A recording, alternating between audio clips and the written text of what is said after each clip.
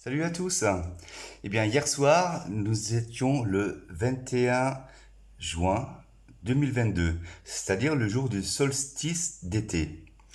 Le solstice d'été, c'est une fête qui est célébrée dans le monde entier, notamment aujourd'hui par les chrétiens, avec les feux de la Saint-Jean, par les artistes, avec la fête de la musique.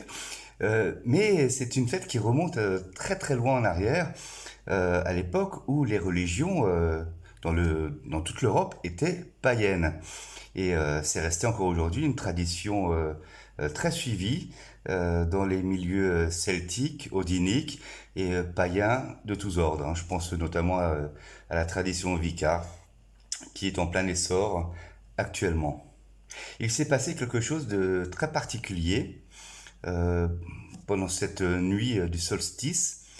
C'est un alignement de toutes les planètes du système solaire, ou plus précisément un regroupement de ces planètes-là dans la même zone du ciel, donc un petit peu au sud-est, au sud-ouest, pardon, du Soleil. Et ça m'a donné envie de faire ce tirage. Parce que c'est un événement qui ne se reproduira pas avant un siècle. Et là, je me suis dit, mais tiens, le tarot, qui est un outil d'une complexité phénoménale, qui est rempli de sagesse, de savoir caché, qui vont bien au-delà de la simplicité de ces illustrations, en fait, peut nous renseigner et on peut s'en servir. On peut s'amuser à faire un petit jeu avec. Je m'explique. Chaque arcane majeur du tarot a une correspondance astrologique. Donc, soit un signe du zodiaque, soit une planète. Et donc, j'ai sélectionné, ou du moins, ce sont les astres qui ont décidé de tirer les cartes en fonction de leur apparition dans le ciel à partir du lever du soleil ce matin, aux alentours de 5 heures. Donc le Soleil, c'est la première carte. Et il y a toutes les autres planètes qui se sont dévoilées les unes après les autres. Et comme chaque carte du tarot, enfin chaque arcane majeur du tarot correspond à une de ces planètes, eh bien c'est comme si le ciel avait fait le tirage d'aujourd'hui. Alors on va tout de suite commencer. J'ai préparé bien entendu les cartes, hein, et je vais les disposer sur le tapis en fonction de l'apparition des astres dans l'ordre chronologique, euh, tel que ça s'est passé ce matin à 5 heures. Et on va bien découvrir si les cartes ont un message à nous transmettre. La première, deuxième, troisième, quatrième, cinquième, sixième, septième, huitième et neuvième. Voilà, toutes les cartes y sont. Je vérifie juste qu'elles sont bien dans le champ. Voilà.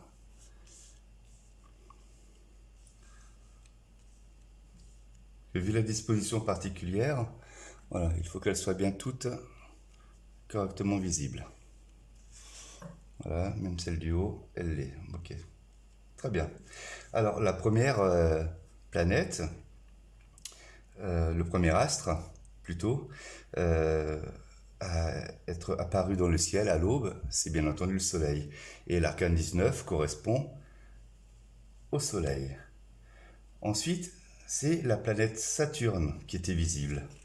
Et dans l'ésotérisme lié au tarot, la planète Saturne correspond à l'arcane 21, le monde. Ensuite, c'est Neptune qui a été visible. Et Neptune correspond, voilà, on la voit bien, à l'arcane du pendu. Je vais le disposer ici. Ensuite, c'est Jupiter qui correspond à la roue de fortune. L'astre suivant qui a montré sa, sa magnificence dans le ciel, c'est la Lune. La Lune correspond à l'arcane 2, la papesse. Ensuite, c'est la planète Mars qui a été visible. qui correspond à l'arcane 16, la maison Dieu.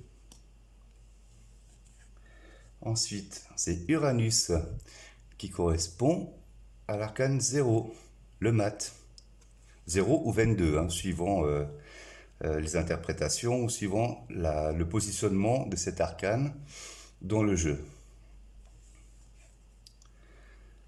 Arcane 3, l'impératrice correspond à l'apparition de la planète Vénus. Et enfin, nous avons le battleur qui correspond à la planète Mercure.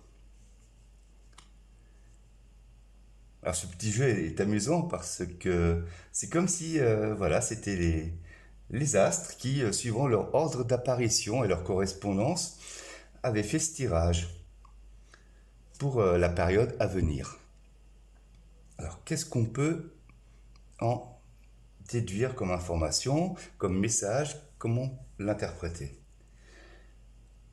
Le soleil, alors effectivement c'est une carte, ça ne m'étonne pas qu'elle soit là, c'est normal, c'est le premier astre qui a été visible ce matin. En même temps, le solstice marque son apogée. Dans l'ancienne science des druides, le soleil, tout comme l'élément feu, avait un rôle majeur, notamment toutes les fêtes qui étaient liées concernaient la fertilité, concernaient l'amour, mais aussi le bannissement des énergies négatives. Beaucoup de rituels se rapportaient en fait au feu pour magnifier la puissance du soleil et ainsi chasser, bannir toutes les énergies maléfiques, les démons de nos foyers ou des personnes qui ont manifesté le besoin. Ensuite, nous avons la carte Saturne. Saturne, c'est le temps. Et là, on voit l'arcane du monde. Effectivement, on arrive à la fin d'un cycle. La boucle est bouclée. C'est la préparation à quelque chose de nouveau. Le Soleil, effectivement, est arrivé au bout de sa course ascendante et commence sa course descendante. Cette carte est donc tout à fait à sa position.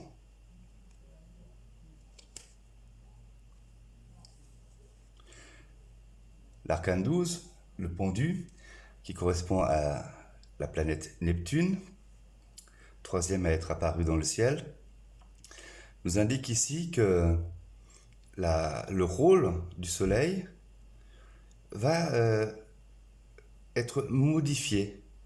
C'est-à-dire il était en position ascendante et là il se retrouve inversé. C'est-à-dire qu'il entame en fait son déclin. Les jours vont commencer à raccourcir jusqu'à arriver à la période extrême, celle de l'équinoxe. Pardon, je répète, je recommence, celle du solstice d'hiver, où le soleil va recommencer son essor.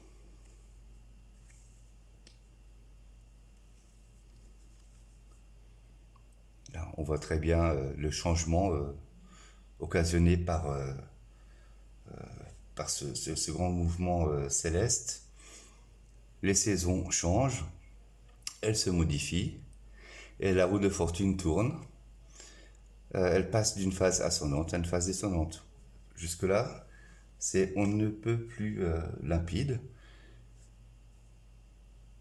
Au centre, l'apparition de la Lune. La Lune correspond ici en fait à la déesse mère, la mère antique, la mère des dieux, qui renferme en elle-même le pouvoir et le mystère de la vie comme de la mort. Elle les garde en elle, elle en est la maîtresse et elle les exprime dans toutes ses manifestations. Donc en fait, quand elle annonce un déclin, c'est pour préparer l'annonce future d'un renouveau, d'une renaissance. Avec la maison Dieu, ici, qui correspond à la planète Mars, On voit bien que le déclin est fortement annoncé euh, et que voilà, ben, faut en prendre bien conscience. Ça va porter ses fruits, évidemment, puisque toute la végétation qui a été gorgée du soleil ascendant va pouvoir mûrir pendant cette période-là, pendant tout le reste de l'été et une partie de l'automne. On le voit sur cette carte, symbolisé de la façon suivante. Ici, c'est le feu du soleil, mais qui est en difficulté, qui, euh, qui a cessé d'être aussi puissant, qui va dans son déclin.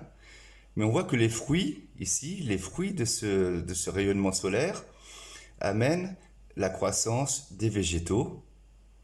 Et que ces personnages, si on les comprend différemment de la traduction classique, en fait, se penchent pour aller à la récolte.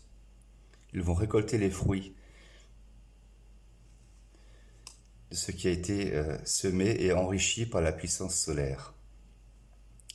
Avec le mat, évidemment, il poursuit sa route en solitaire.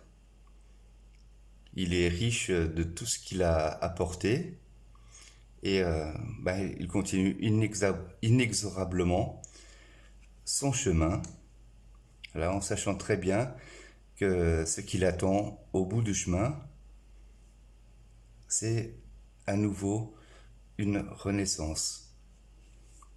L'impératrice, d'ailleurs, l'incarne, cette renaissance, elle symbolise aussi toute la luxuriance de la nature, le foisonnement des espèces, de la vie sous toutes ses formes, la fertilité également. Enfin, le battleur, dernière carte à être apparue ici, indique que voilà, après cette course descendante, le soleil est prêt pour recommencer un nouveau cycle.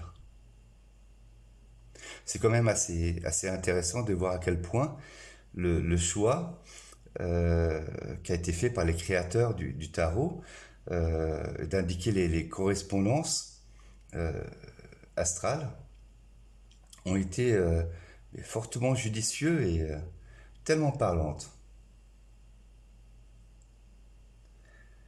Alors, est-ce qu'il y aurait un petit message plus strictement pour nous, concrètement?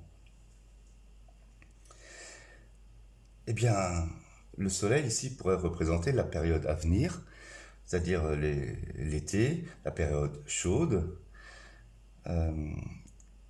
qui serait en fait propice, heureuse pour le peuple, où certains projets politiques peut-être, ou notre vie tout court serait comme suspendue. Hein, c'est normal, ça correspondrait là, à ce moment-là aux vacances. C'est-à-dire on fait un break, on prend le temps de voir la vie sous un autre œil, voilà, beaucoup plus détendu, mais en sachant très bien que ça ne va pas durer et que là, ça représenterait plutôt l'automne, hein, l'automne avec un règne lunaire plus important, que les choses vont certainement, cette douceur de vivre estivale, va prendre une autre tournure, mais doucement, sans faire de vagues. Mais il y a quand même des projets qui se préparent. Euh, oui, pour la rentrée. Ici, il y a beaucoup de textes, de réflexions sur des projets qui sont cachés. Ici, c'est imagé par le voile, donc c'est caché derrière le voile. On ne dévoile pas tout, on ne montre pas tout. Et ce qui se prépare pour septembre, c'est des événements qui seront peut-être pas forcément bien accueillis. Voilà, avec la Maison Dieu, on sent que il y a une sorte de désillusion, pardon, populaire qui peut mener à des manifestations, par exemple, hein, ou à des pétitions ou ou à des manifestations, enfin, je veux dire très fort, pas seulement dans la rue, mais des manifestations populaires de, de révolte. Pour l'instant, je ne vois pas d'acte, bien sûr, violent, mais oui, c'est une sorte de révolte. On refuse ce qui nous est montré, là, ce qui nous est imposé. Euh, on n'en veut pas, on ne le comprend pas, on s'en détourne. Voilà, et on juge que ces projets sont fous. On ne veut pas en entendre parler, on s'en détourne. Pourtant, ici, on a l'impératrice qui est en force.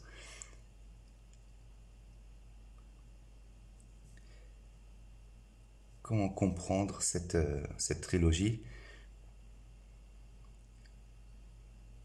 Le peuple se détourne par l'intelligence, l'imagination et la créativité. Il va pouvoir retourner la situation. Vous voyez que le battleur observe l'impératrice, donc il s'en inspire, et le mat l'a engendré en quelque sorte. Il y aura une réaction populaire à un projet qui est préparé en ce moment, euh, qui ne va pas dans le sens du bien-être du peuple, pas vraiment. On va s'en rendre compte, le peuple va s'en rendre compte et agir avec créativité, intelligence et surtout beaucoup de vigueur. C'est aussi une carte, l'impératrice, qui représente toute la vigueur de la nature renaissante. Et le battleur ne manque pas d'ingéniosité. Voilà, il a un tas de tours dans son sac. Et puis lui, ce personnage représente toujours une action, une dynamique nouvelle qui est à l'œuvre. Donc en résumé, l'été sera plus ou moins serein, tranquille. Les choses vont changer, vont tourner. La roue va tourner à la fin de l'été, en septembre, début de l'automne. Il y a des projets qui étaient cachés qui vont être mis en œuvre. Et il y aura une résistance populaire, voilà, une combativité pacifique. Là, le battleur, c'est pas du tout un guerrier, hein, voilà. Ni l'impératrice d'ailleurs, hein. Et le peuple peut être représenté par l'impératrice veut retrouver sa souveraineté, sa légitimité et ne va pas se laisser faire. Bien, écoutez, j'ai été moi-même très étonné par ces cartes. Et voilà, si vous avez apprécié autant que moi cette petite vidéo, vous savez ce qui me ferait plaisir, hein. Encouragez-moi, encouragez cette chaîne en cliquant sur le petit pouce, en vous abonnant, en cliquant sur la cloche pour recevoir les notifications et à partager autour de vous. Voilà, je vous remercie et je vous retrouve avec joie pour une prochaine vidéo. À bientôt.